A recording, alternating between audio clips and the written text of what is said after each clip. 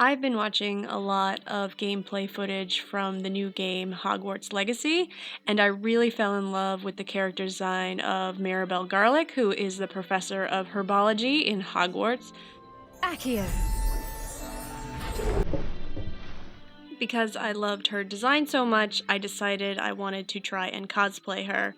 The first thing I decided to tackle on making is her wand, which, if you look at her wand, it's kind of three intertwining vines that end up coming to a point, and at the bottom it's a little thicker, and it actually has two little leaves coming out from the bottom, so it's kind of like a living wand, which I think is kind of cool. Considering she's the herbology teacher, it's very fitting. So to start, I'm just using an aluminum foil as my base. Basically, I kind of just eyeballed the size that I wanted to have, and then I just kind of manipulate the tin foil till I get the shape that I want, making it a lot thinner at the top, and then giving it a little bit more substance at the bottom because it is a little bit more bigger at the bottom. And then I just repeat this step 3 times because it's three kind of vines intertwining together if you look at reference images of her wand. Once I am satisfied with how the three tinfoil bases look, it is now time to start applying my epoxy clay on top of it. And in order to do this, I just grab a little bit of both the hardener and the clay, and I knead them together until the two colors become one, and then I just kind of flatten them out and work it on top of the tinfoil base to ensure that I'm covering all areas of the tinfoil base. And I'm going to do this a couple times. I keep going back, and I'll get a little ball of each one and knead them together, small amounts, just because there is a curing time, and I don't want to, take more than I'll be able to use in a session. So I just kind of take a little bit here and there until eventually I have full coverage on all the bases of the three vines. In order to save a little bit of time later on while the epoxy clay is still in kind of a workable stage, once all three of the vines are coated completely, I'm just going to take a little bit of water in my fingers and kind of smooth out all the bumpy bits. While Professor Garlick's one is very organic, and I don't think that a few little bumps here and there would completely ruin the aesthetic, ideally I would like it to have a smooth finish. So before the epoxy has time to fully cure, I'm just going to use a little bit of water and my fingers to kind of work down a lot of the little bumps that naturally happen from kind of pushing the clay onto the aluminum foil base. Then I'm going to give it a little bit of time to set. Not enough time where it's completely non-workable, but enough time where the three vines aren't going to automatically want to stick together. And then once a little time has passed, I take the three vines and I'm going to try and put them together and twist them in the way that best look like the reference images I have of her wand.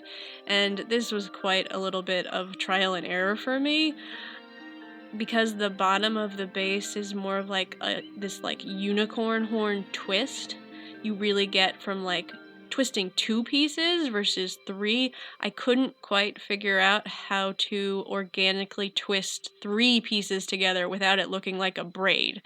So I ended up having to tear apart and then retry and then tear apart and retry until eventually I did get kind of the look that the reference picture has, where the bottom has a very tight twist and then it kind of breaks apart at the top, kind of giving a more organic flow, to then eventually come to one very small precise tip at the top. Now, I did have a little bit of a miscalculation when I first laid out the tinfoil bases. I had made them the size that I ideally wanted the wand to look like finished. I didn't account for the fact that once you start twisting them up, they're going to be smaller overall in terms of the length. So once I finally got the twist to look just like the reference pictures I had, I did have to go back and just add a little bit of wire and more epoxy to the top, which I feel like in the end ended up being like a happy accident, because I don't think had I made the tinfoil bases a little bit longer, would have ended up being that small of a tip. I probably would have had to cut back or really like sanded it down to give it that smaller tip. So kind of happy accident. I was happy with it once it was finished. So once I was obviously happy with how the twisting was, I just let it sit overnight, let the epoxy do its thing and cure and harden up. And once it was finally hardened, I did go back and I just added a little bit of epoxy here and there, and then I sanded it, just to make it look, as close as possible to the reference picture I had. And once I was happy with the smoothness and the overall look, there was a lot of like twisting and looking at it from all different angles before I was really happy with it. But once I, think that the sculpture was good to go, it was time to go back and paint it. And I just used, very cheap craft acrylics. I wasn't going crazy. I did kind of just paint it a base light brown. Once I got full coverage of the lighter brown, I did go back with a darker blackish brown and kind of created almost like a wash of it to let it seep into the little nooks and crannies of the wand, and then kind of wiped off the extra so it really just kind of fell into the deeper parts of the wand. And then I took an even lighter brown and I kind of just feathered it on top.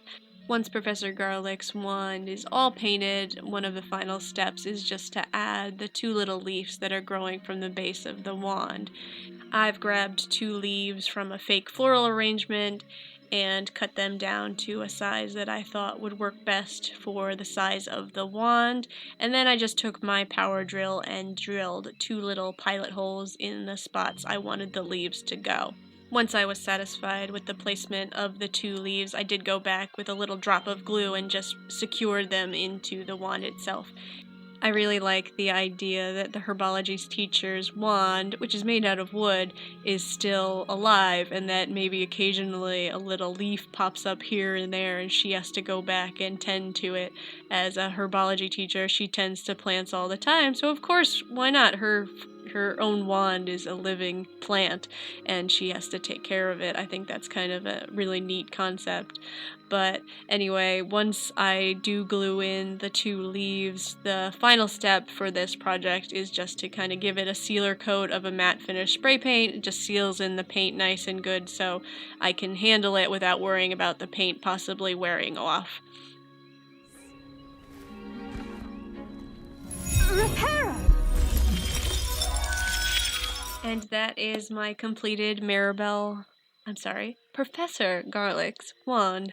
I think the next thing I'm going to try to tackle to make would be her hat.